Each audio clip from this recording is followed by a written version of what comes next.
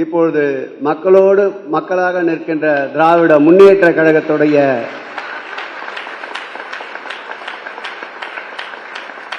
கலைஞர் அவர்களுடைய பிறந்த நாளை முன்னிட்டு இருவர்ண கொடியை உயர்த்தி பிடிக்க வருகை தந்திருக்கின்ற சூரியன் மீண்டும் தகத்தகாயமாக ஒளிக்க வேண்டும், ஒளிர வேண்டும் என்பதற்காக வருகை தந்திருக்கின்ற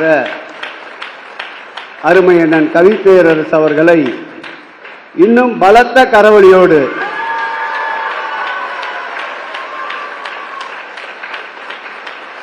மொத்த சவுண்ட் இவள் தானா? வருக வருக, கருத்துரை தருக.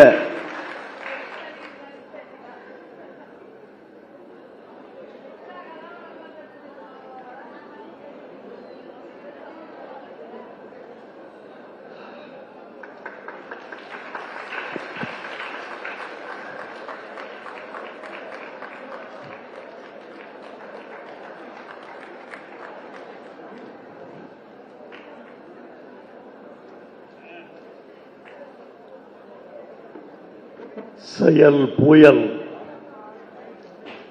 சகோதரர் சேகர் பாபு அவர்கள்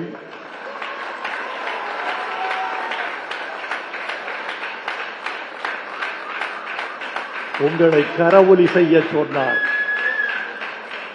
நீங்களும் கரவொலி செய்தீர்கள்.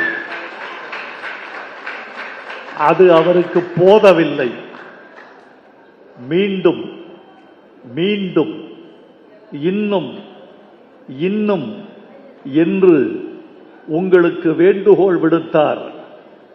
இந்த கட்டடத்தின் செங்கல் பிதுங்குகிற அளவுக்கு நீங்கள் கரவொலி செய்தீர்கள். அந்த கரவொலி எல்லாம் எனக்கு வந்ததாக எண்ணிக்கொண்டால் நான் தமிழ் அறியாதவன் என்று பொருள். மண்ணில் சிந்துகிற மழையெல்லாம் தாவரங்களுக்கு சொந்தமில்லை, மண்ணுக்கு சொந்தம். உங்கள் கரவொலி எல்லாம் கவிஞனுக்கு சொந்தமில்லை, கலைஞருக்கு சொந்தம்.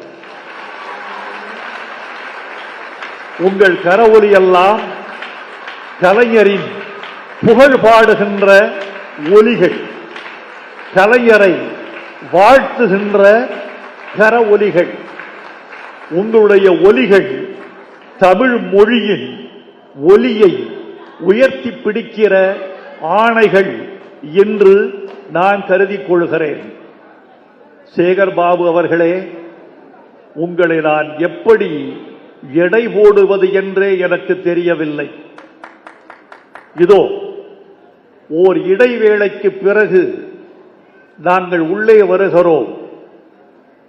அதே வெளிச்சம் மாறவில்லை, அதே வாழ்க குரல்கள் ஓயவில்லை, அதே கரவொலி தேயவில்லை, அதே உற்சாகம் குறையவில்லை, அதே எழுச்சி மறையவில்லை.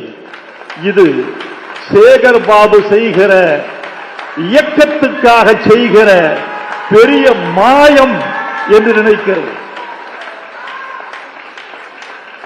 தோல்வி என்ன செய்யும்? தோல்வி என்பது மனிதனுக்கு வந்தாக வேண்டிய ஒரு விஞ்ஞான அனுபவம். ஆனால் தோல்வியை புரிந்து கொள்கிறவன் ஞானி, துவண்டு போகிறவன் அறிவிலி. தோல்வியை புரிந்து கொள்கிற ஞானிகளாக நாம் இருப்போம். கழுத்திலிருந்து தங்கம் இருக்கிறது. கழுத்தில் இருந்தாலும் அது கழற்றி வைக்கப்பட்டாலும் தங்கம் தங்கம்தான். பதவியில் இருந்தாலும் இல்லாவிட்டாலும் சேகர் பாபுவின் செயல் சேகர் பாபு. கழுத்திலிருந்து கழற்றப்பட்ட தங்கம் அடகுக்கு போகிறது என்று கருதினால் அது பிழை. கழுத்திலிருந்து கழற்றப்பட்ட தங்கம் அடகுக்கு போட போகவில்லை, புடம் போட போகிறது. இன்னும் மெருகு கூடி, இன்னும் ஒளி கூடி வரும் என்ற நம்பிக்கை எனக்கு இருக்கிறது. நண்பர்களே, நான் எண்ணி 20 முதல் 22 நிமிடங்கள் உங்களோடு உரையாற்ற வேண்டும் என்று விரும்பி வந்திருக்கிறேன். இந்த 22 நிமிடங்களும் உங்கள் கண்களும் என் கண்களும் ஒரே புள்ளியில் சந்தித்துக் கொள்ளட்டும். உங்கள் இதயமும் என் உதடும் அருகருகே இருக்கட்டும். உங்கள் செவிகள் என்னுடைய ஒலியோடு கலந்திருக்கட்டும். உங்கள் கை தொலைபேசிகள் மூடப்பட்டிருக்கட்டும், காதுகள் திறந்திருக்கட்டும். உங்களோடு மனம் விட்டு சில செய்திகளை உரையாட வேண்டும் என்று விரும்புகிறேன். நண்பர்களே, கலை என்ற சொல் தமிழில் மிக பழையது. கலைஞன் என்ற சொல் தமிழில் மிக பழையது. அதுவே அன்விகுதி அல்லாமல் அருவிகுதி போட்டு கலைஞர் என்று சொன்னாலும் அந்த சொல் 2000 ஆண்டுகளாக தமிழில் தமிழ் நெடுங்கணக்கில் கையாளப்பட்டு வந்த சொல். இந்த பழைய சொல்லுக்கு 20ஆம் நூற்றாண்டில் ஒரு புத்தம் புதிய மின்சாரத்தை பாய்ச்சியவர் கலைஞர். அதுவரைக்கும் இல்லாத பொருள், அதுவரைக்கும் இல்லாத வேகம், அதுவரைக்கும் இல்லாத உயரம், அதுவரைக்கும் ஆளப்பட்டிராத சொற்கோவை கலைஞர் என்ற தனி மனிதனால் அந்த சொல்லுக்கு பெருமை உண்டானது. கலை என்று சொல்லி பாருங்கள், அதில் பெரிய எழுச்சி இல்லை, ஒரு பொருள் அவ்வளவுதான். கலைஞர் என்று சொல்லி பாருங்கள், நாதசுர கலைஞர், இசைப்பாட்டு கலைஞர், வாய்ப்பாட்டு கலைஞர், கல்கலைஞர், சொல் கலைஞர் என்று கலைஞர் என்பது பொது சொல்லாக பயன்படுத்தப்பட்டு வந்தது. ஆனால் கலைஞர் என்றால் திருக்குவளையில் முத்துவேலருக்கு மகனாக பிறந்த மு. கருணாநிதி என்ற ஒருவரை மட்டும்தான் குறிக்கும் என்று தமிழ்நாடு பொருள் கொள்ளப்பட்ட பிறகு அந்த சொல்லுக்கு வந்த அடர்த்தி, ஆண்மை, பொருள், செறிவு, திட்பம், நுட்பம் எல்லாம் அதிகம். இன்று 103வது பிறந்த நாளை சேகர் பாபு அவர்கள் இந்த மன்றத்தில் கொண்டாடி கொண்டிருக்கிறார். நீங்கள் எல்லாம் நினைத்துக் கொண்டிருக்கிறீர்கள் கலைஞருக்கு புகழ் சேர்க்க வந்திருக்கிறோம் என்று. அப்படி நினைத்தால் அது ஒரு மனப்பிழை என்று நான் கருதுகிறேன். கலைஞருக்கு புகழ் சேர்ப்பதற்காக இந்த விழா இங்கு நிகழவில்லை. நமக்கு நாமே அவர் பெயரை சொல்லி எழுச்சி ஊட்டுக் கொள்வதற்காக வந்திருக்கிறோம் என்பதுதான் உண்மை.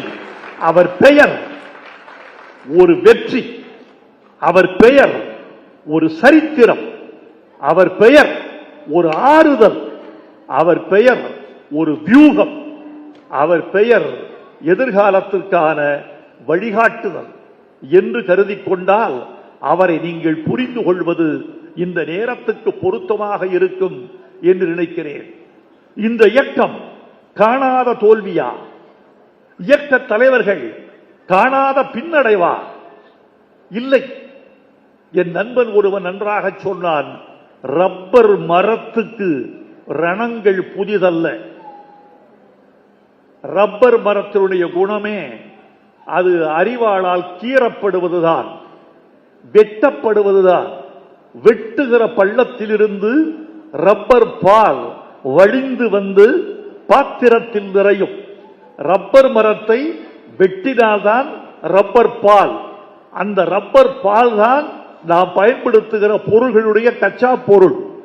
எனவே ரப்பர் மரம் இந்த இயக்கம் ரப்பர் மரத்துக்கு ரணங்கள் புதிதல்ல. அது இருந்தால்தான் அது பால் வெடிக்கும் என்று நான் உறுதியாக நம்புகிறேன். நண்பர்களே, இந்த நேரத்தில் என்னுடைய ஆதங்கம் ஒன்றை உங்களோடு பகிர்ந்து கொள்ள வேண்டும் என்று விரும்புகிறேன். திமுக கூட தோற்கலாம், முத்துவேல் கருணாநிதி ஸ்டாலின் தோற்றிருக்க கூடாது. நிலா தேயலாம், வானம் தேய்ந்து விடக்கூடாது. காற்றில் ஈரப்பதம் குறையலாம், கடலில் ஈரப்பதம் குறைந்திருக்க கூடாது. இதுதான் என்னுடைய ஆதங்கம். நன்மை செய்து தீமை வாங்கும் இதயம் கேட்பேன் என்று கண்ணதாசன் ஒரு பாடலில் எழுதியிருக்கிறார். அந்த இதயம் எதை கேட்கிறது? ஓர் இதயத்தை கேட்கிறது. அது எதை தாங்குகிற இதயம்? தீமையை தாங்குகிற இதயம். தீமை செய்து தீமை தாங்குகிற இதயத்தை கவிஞன் கேட்கவில்லை.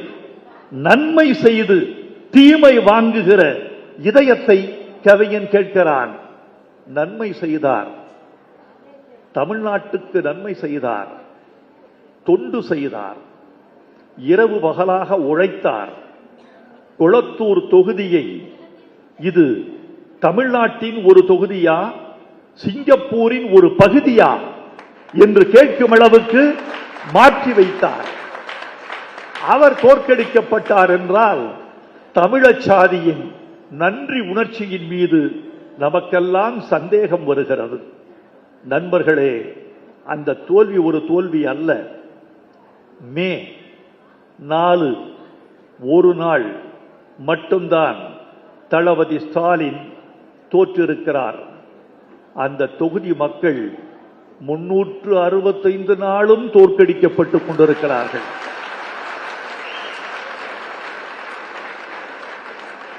நான் தளபதி ஸ்டாலினுக்காக வருந்துவதை விட அந்த தொகுதி மக்களுக்காக அதிகம் வருந்துகிறேன்.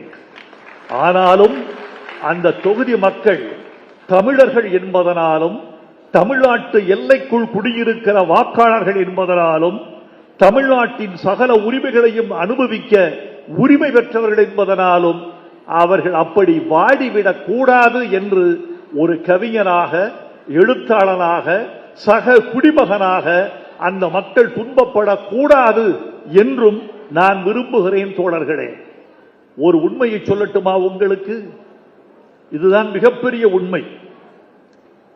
நான் 50 ஆண்டுகளாக இந்த இயக்கத்தோடு உங்களுக்கு இருக்கிறேன். இந்த இயக்கத்தோடு இருப்பது எதற்காக என்று உங்களில் யாராவது நினைத்து பார்த்தீர்களா?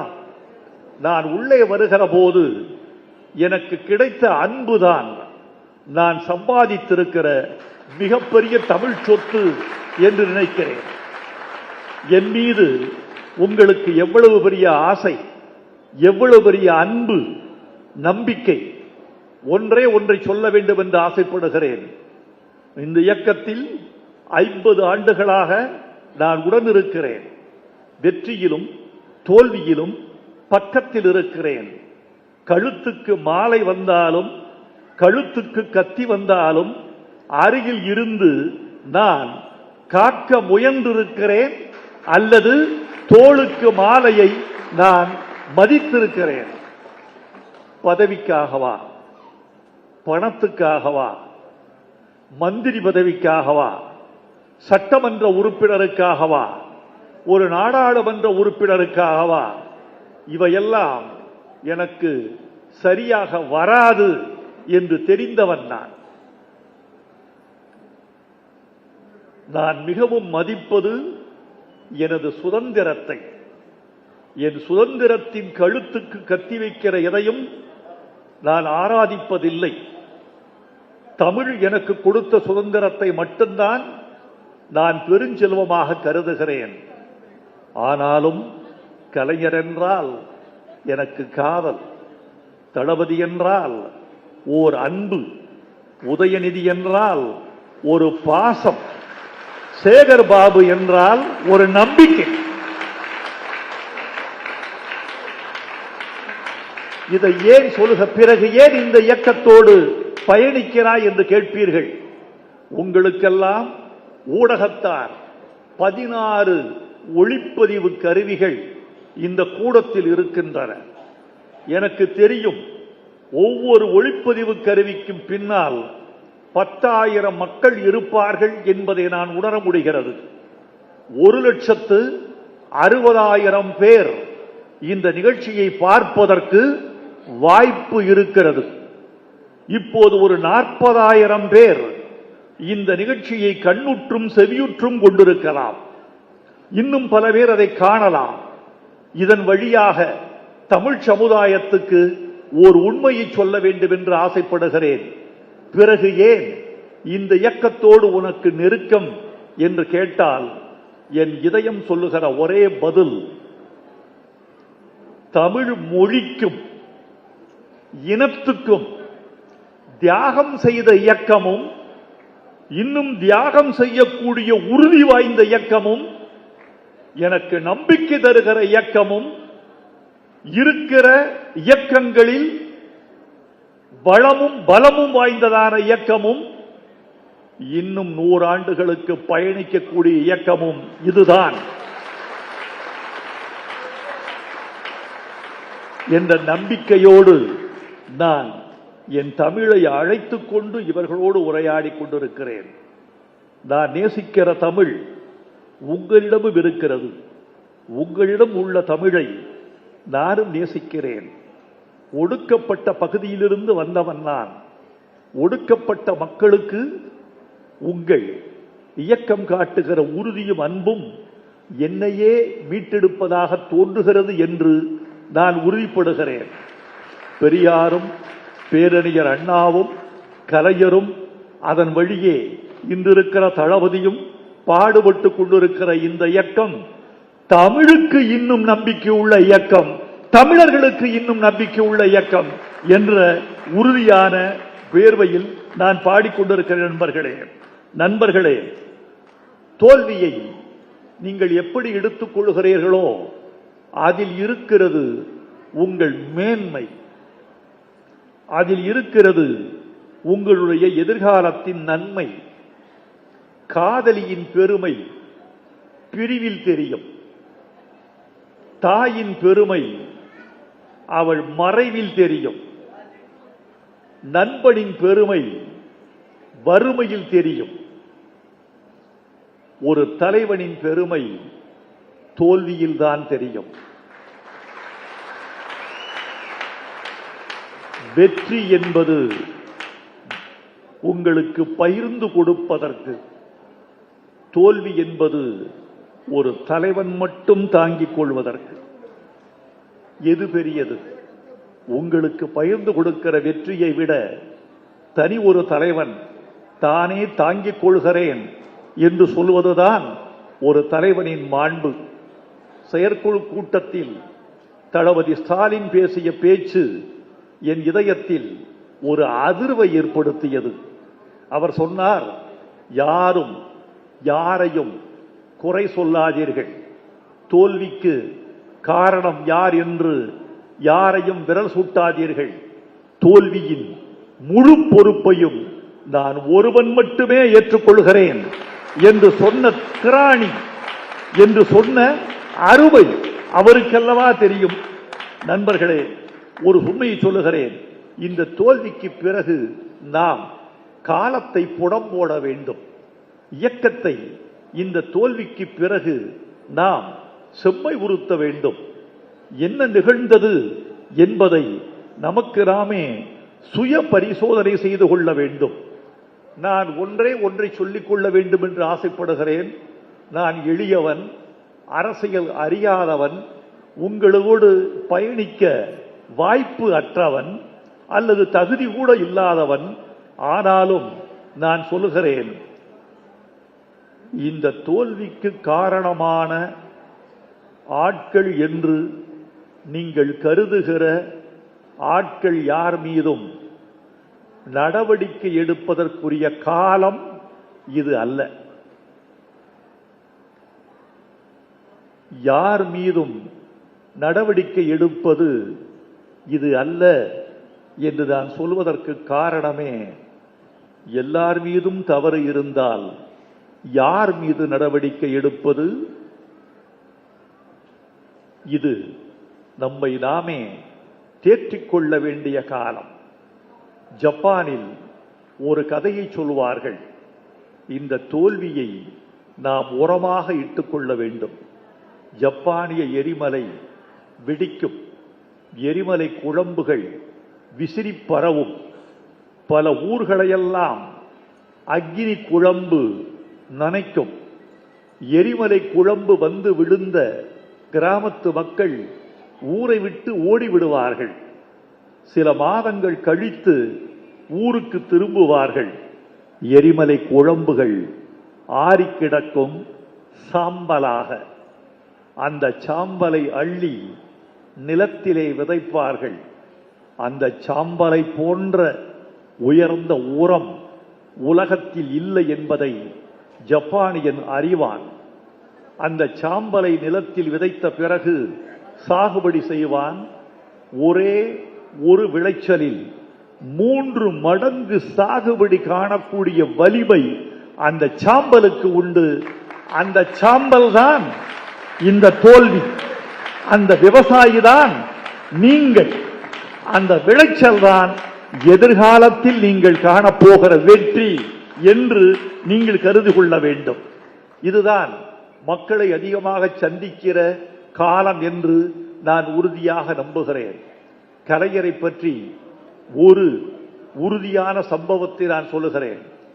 எந்த ஒரு சம்பவத்தையும் ஆதாரம் இல்லாமல் மேடையில் பேசுகிறவன் கோழை அல்லது பொய்யன்.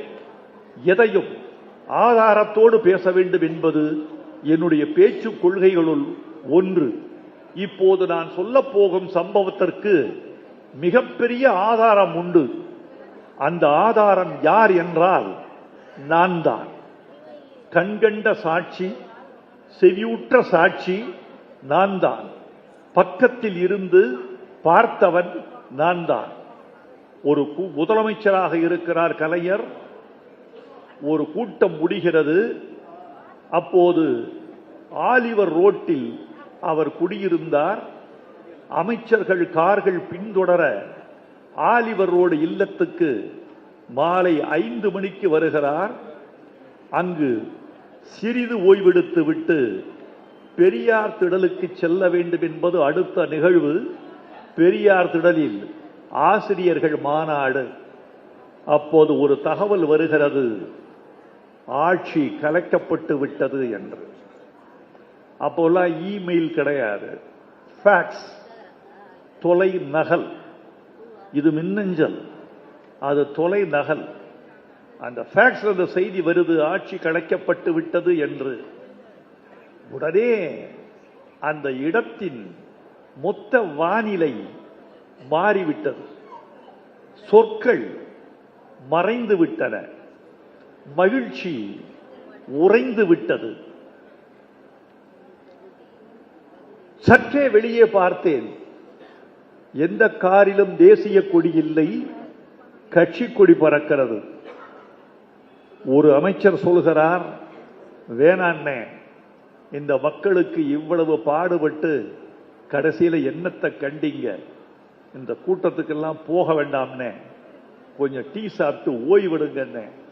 ஒரு அமைச்சர் சொல்லுகிறார், பெயர் தெரியும், ஆனால் இப்படி சொன்ன அமைச்சருக்கு புகழ் வராது என்பதனால் அவர் பெயரை நான் இதயத்தில் பத்திரப்படுத்தி வைத்துக் கொண்டிருக்கிறேன்.